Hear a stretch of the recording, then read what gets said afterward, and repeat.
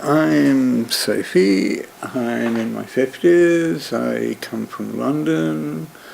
About the last 20 years or so, a bit before the wall came down, I've been going between London and Berlin, and now Berlin's very much my home.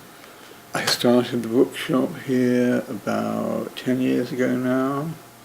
Sex and drugs would be a short answer. Actually, though, I stayed because of a relationship. I think most people who stay long term in a country with a different language and things, it is because of some form of relationship.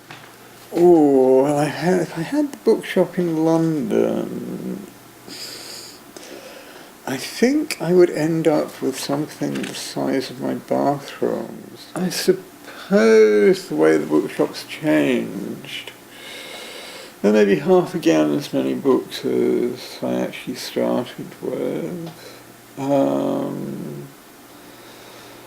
But I think it was almost something that changed immediately, because I thought, okay, I'm going to be opening up a business and it'll let me put my books out and talk to people and enjoy things a bit more, give me something to do here and make a bit of money, hopefully. And it very soon turned into an institution. I mean, after about 3 months, it was like, no, this isn't a business, this is something else. It was something that people found a good use for as a meeting place rather than simply as a bookshop. Well, the Friday thing's been going for a long while now. I think I've always had a belief in food. It simply is a good focus for social events.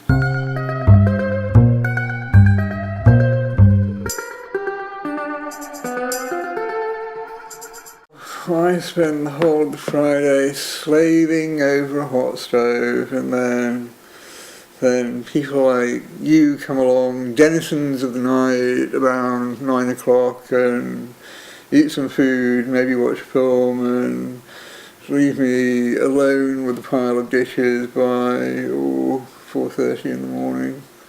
I've got a whole shelf of really bad books, but the outstanding ones might be The Heart Has Its Reasons by the Duchess of Windsor, Britney Spears' Mother's Gift, The Spice Girls.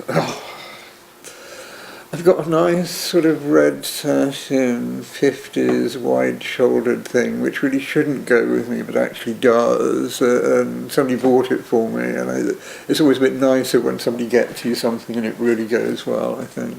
I go out from time to time. I mean, I go out when I play music every month or so, but it's rare. Basically, Berlin comes to me rather than me going to Berlin.